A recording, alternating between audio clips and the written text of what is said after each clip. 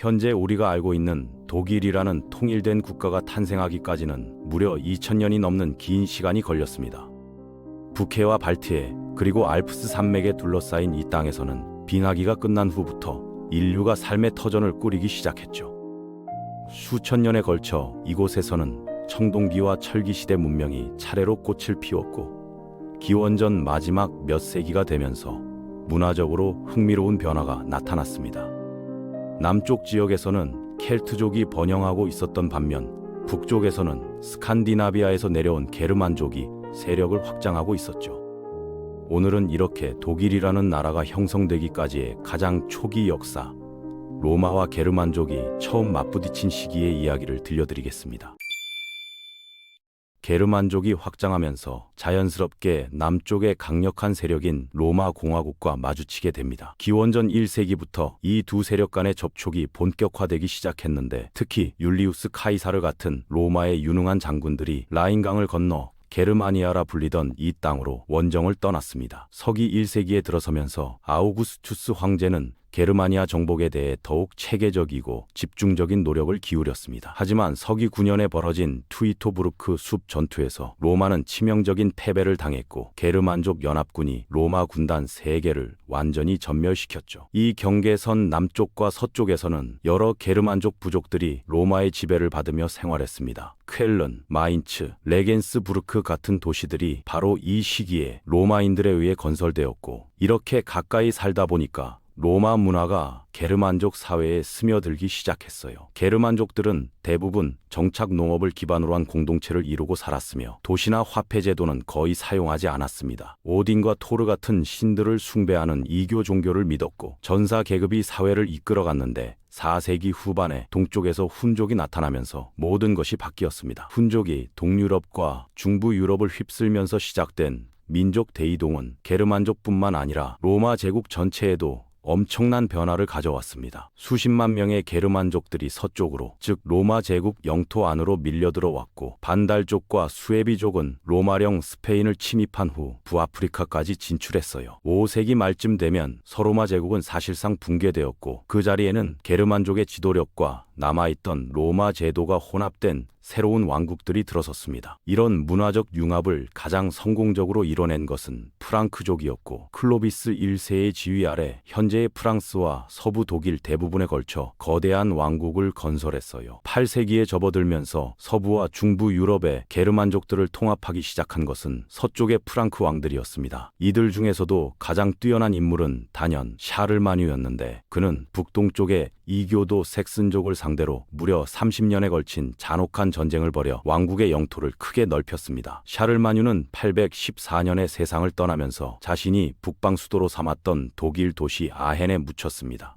그런데 그가 평생에 걸쳐 확장하고 공고히 했던 제국은 그리 오래가지 못했고 샤를마뉴의 손자들이 843년에 제국을 서로 나누어 가지면서 대략 세로로 3개의 영역으로 분할했어요. 현재 독일의 대부분을 차지하는 동쪽 지역은 동프랑크 왕국이라 불렸고 독일계 루트비히와 카롤링거 왕조의 후손들이 다스렸습니다. 919년에는 독일 공작들이 섹슨족 출신의 하인리 1세를 최초의 비카롤링거 왕으로 선출하면서 오토 왕조가 시작되었죠. 통일된 독일 국가의 토대를 확실하게 다진 사람은 그의 아들인 오토 대제였습니다. 955년 레히펠트 전투에서 헝가리의 마자르족을 결정적으로 물리친 후 오토는 이탈리아 대부분을 정복하고 962년에 신성 로마 황제로 즉위하면서 샤를마뉴의 제국 이상을 되살렸어요. 중세 성기 동안 신성 로마 제국은 유럽 정치에서 핵심적인 역할을 담당했지만 이 제국은 결코 중앙 집권적인 국가가 아니었습니다. 오히려 반독립적인 공국들과 백장령, 주교령, 자유제국 도시들이 모인 거대한 봉건 연합체였고 시간이 흐를수록 이런 지역 영주들에게 더 많은 권력이 넘어갔어요. 정치적 발전에서 중요한 전환점은 1356년 카를 4세 황제가 발표한 황금 칙서였는데 이 칙서는 앞으로 신성 로마 제국의 모든 새로운 황제를 7명의 독일 선제후가 선출하도록 규정했습니다. 그 결과 중세 후기까지 독일 영토는 정치적으로 분열된 상태가 계속되었고 오직 공통의 황제에 의해서만 느슨하게 연결되어 있었죠. 그럼에도 불구하고 이 시대 독일인들은 언어적 유대감을 공유했고 공통된 중세 문화에 참여했습니다. 쾰른과 스트라스부르 같은 도시에는 웅장한 고딕 양식 대성당들이 건설되었고 독일의 기사들과 용병들은 십자군 전쟁에 함께 참전했어요. 16세기가 시작되면서 독일과 신성 로마 제국 전체는 잠깐 동안 정치적 통합을 이루는 듯했지만 1517년 독일로권 세계를 뒤흔든 거대한 사건, 즉 종교개혁으로 인해 모든 것이 바뀌었습니다. 독일의 수도사이자 신학 교수였던 마르틴 루터가 그해 비텐베르크에서 95개조 반박문을 발표했거든요. 루터의 개혁 요구는 1440년대 마인츠에서 요한네스 구텐베르크가 발명한 인쇄술 덕분에 더욱 큰 힘을 얻었고, 이를 통해 교회에 대한 비판이 일반 대중에게 널리 알려지고 확산될 수 있었습니다. 신학적 논쟁으로 시작된 것이 곧 제국을 종교적, 정치적 노선에 따라 갈라놓았어요. 이런 갈등은 곧 독일 전역에서 수십 년간의 갈등과 종교 내전으로 이어졌고, 종교적 교착 상태는 마침내 1555년 아우크스부르크 화해로 공식화되었습니다. 평화로운 분위기에도 불구하고 종교적 긴장은 계속 고조되었고 1618년 30년 전쟁이 발발하면서 다시 한번 폭발했어요. 1648년 전쟁이 끝날 무렵에는 대략 450만에서 800만 명이 사망했고, 일부 지역에서는 전투와 기근, 질병이 겹치면서 인구의 절반 이상을 잃었습니다. 갈등은 베스트팔렌 조약의 체결로 종료되었고, 이로 인해 수백 개의 공국과 후국, 선제후국, 자유도시들이 독일 영토 전역에 흩어져 있게 되었죠. 이 중에서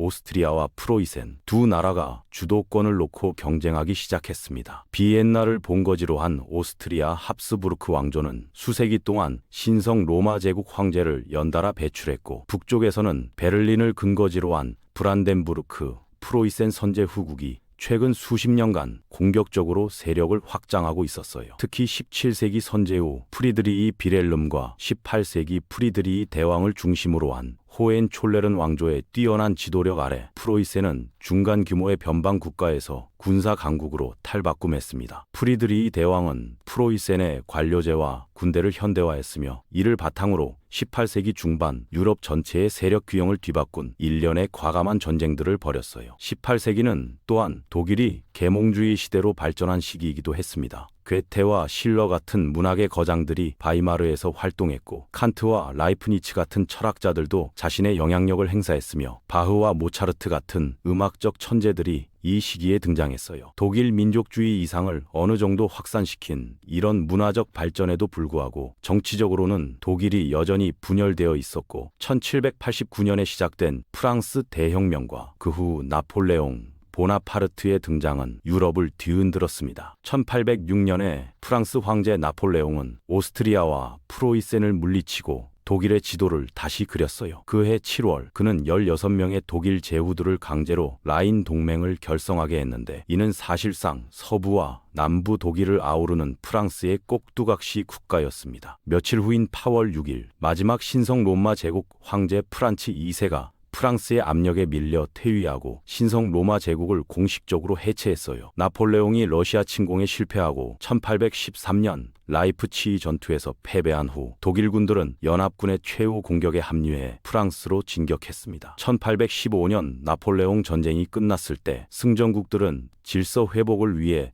빈 회의를 소집했고 새로운 독일 연방을 구성하기로 합의했어요. 19세기는 독일이 여전히 분열된 상태로 시작되었지만 모든 독일 민족이 하나의 국가로 통합되어야 한다는 사상으로 정의되는 민족주의적 감정이 뿌리를 내리기 시작했습니다. 1848년에는 자유주의 혁명의 물결이 유럽을 휩쓸었고 독일은 그 중심 무대가 되었지만 이 운동은 결국 실패했어요. 19세기 중반에는 산업화가 독일 경제를 변화시키기 시작했는데, 특히 철도와 석탄, 철강 산업이 급속도로 성장한 라인란트와 작센 지역에서 그러했습니다. 1850년대와 1860년대에 프로이센은 이런 경제 성장을 활용했고 군사력과 결합하여 유명한 정치가 오토 폰 비스마르크의 지휘하에 무력으로 독일 통일을 주도했죠. 1862년 프로이센 총리로 임명된 비스마르크는 오스트리아를 의도적으로 배제하고 프로이센의 지배하에 독일을 통일하고자 했습니다. 그는 일련의 짧은 전쟁들을 통해 뛰어난 성과를 거두었는데 1864년에 먼저 덴마크를 물리치고 1866년에는 오스트리아를 공격하여 결정적인 승리를 거두었어요. 비스마르크는 외부의 위협이나 전쟁만이 남부 독일 왕국들을 설득하여 프로이센을 지지하고 정치적 연합에 합류하게 할 것이라고 예상했고, 그런 기회는 1870년 프로이센 프랑스 전쟁 발발과 함께 찾아왔습니다. 프로이센과 남부 독일 동맹국들은 놀라운 효율성으로 군대를 동원하여 몇 주 만에 프랑스군을 포위하고 나폴레옹 3세를 포로로 잡았어요. 이후 파리를 점령한 후 비스마르크와 독일 제후들은 통일된 독일 제국을 선포하기로 합의했고, 1871년 2월 18일 베르사유 궁전의 찬란한 거울의 방에서 프로이센의 비렐름 1세가 카이저로 선포되었습니다. 독일 제국은 빠르게 유럽에서 강력한 존재감을 드러냈어요. 석탄과 철이 풍부하고 국민 교육 수준이 높았던 새로 통일된 독일은 숨가쁘게 산업화를 이뤘고, 1900년대에는 영국과 미국에 맞먹으며 세계를 이끄는 산업 강국 중 하나가 되었습니다. 독일은 산업적 힘과 더불어 이 시대의 지적, 문화적 우수성을 기워 아인슈타인과 플랑크 같은 과학자들을 배출했어요. 정치적으로는 비스마르크가 총리를 맡는 연방군주제로 제국이 통치되었습니다. 그는 사회주의 운동의 매력을 떨어뜨리기 위해 선구적인 사회복지 법안들과 노령연금, 건강보험을 제정했고, 외교 정책에서는 독일이 통일을 이룬 지금 평화와 안정을 유지하는 것을 목표로 삼았어요. 그런데 이런 억제는 결국 오래가지 못했습니다. 1888년 비렐름 1세가 사망하고 젊고 조급하며 자신만의 통치를 주장하고 싶어하던 비렐름 2세가 왕위를 물려받았고,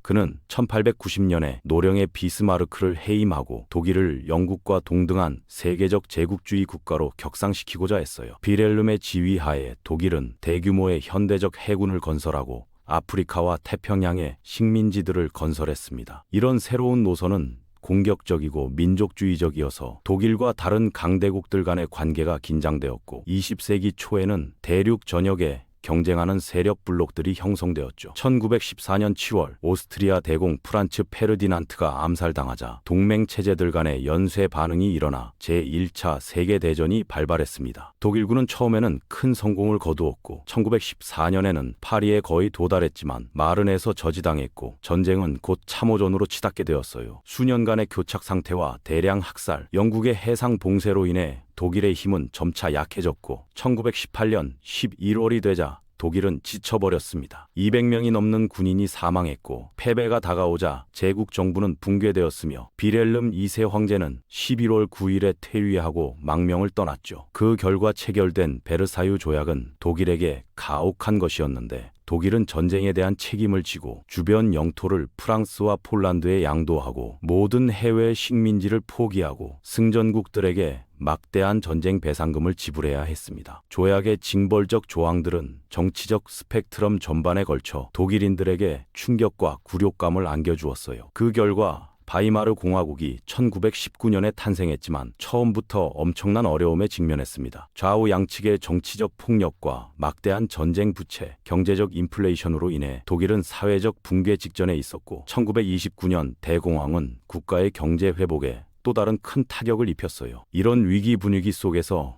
독일 정치의 급진 우파가 돌파구를 마련했고, 아돌프 히틀러가 이끈 국가사회주의 독일 노동자당은 베르사유 조약을 파기하고 공산주의와 싸우고 독일의 자존심을 회복하고 경제적 빈곤을 종식시키겠다고 약속했습니다. 나치는 현대적 선전 기술과 대중 집회를 효과적으로 활용하여 1933년 히틀러가 총리로 임명되었어요. 그는 권력을 잡자마자 나치 이념에 따라 전체주의 독재 정권을 수립하기 위해 무자비한 속도로 움직였고, 히틀러 정권은 극단적인 민족주의와 군국주의, 인종 이데올로기를 특징으로 했습니다. 히틀러는 국내적으로 권력을 강화한 뒤 전후 질서를 전복하고자 공격적인 외교 정책을 펼쳤어요. 1939년 9월 1일 나치 독일이 폴란드를 침공했고, 이틀 후 영국과 프랑스가 독일에 선전포고를 하면서 제2차 세계대전이 시작되었습니다. 2년 만인 1941년 중반까지 독일군은 프랑스에서 소련 서부까지, 스칸디나비아에서 북아프리카까지 유럽 대륙의 대부분을 점령했어요. 그런데 1904년이 되자 독일의 전쟁 진전이 역전되기 시작했고, 이제 영국과 소련, 미국으로 구성된 연합군이 공세에 나섰습니다. 1945년 봄이 되자 독일의 많은 지역이 폐허가 되었고 곧 패배할 위기에 처해 있었으며, 5월 8일 독일이 무조건 항복하면서 유럽에서의 전쟁이 끝났어요. 제2차 세계대전 이후 독일은 더 이상 통일된 국가로서 존재하지 않게 되었고 연합국들이 독일 전역에 걸쳐 여러 구역을 분할하여 점령했습니다. 냉전이 시작되면서 서방 연합국들은 경제적으로 각 지역을 합병하여 자유시장 경제 노선에 따라 재건을 추진했고 소련은 해당 지역에 공산주의 정부를 수립했어요. 1949년이 되자 독일이 점령군만으로 분열된 것이 아니라는 것이 분명해졌습니다. 유럽 전역에 걸쳐 내려진 이념적 철의 장막으로 인해 분열이 일어났고 서쪽의 세 개 지역은 공식적으로 통합되어 서독으로 흔히 알려진 독일 연방공화국을 형성했으며 소련 지역은 동독이 되었죠. 20세기의 나머지 수십 년 동안은 이념적으로 대립하는 두 경쟁 독일 국가가 냉전의 최전선을 형성했습니다. 서독은 자유주의적이고 민주적이며 자본주의적인 사회가 되었고 동독은 억압적인 일당 독재 정권이 통치하는 중앙계획 경제를 갖춘 소련의 위성 국가가 되었어요. 결정적인 해는 1989년으로 동독 전역에서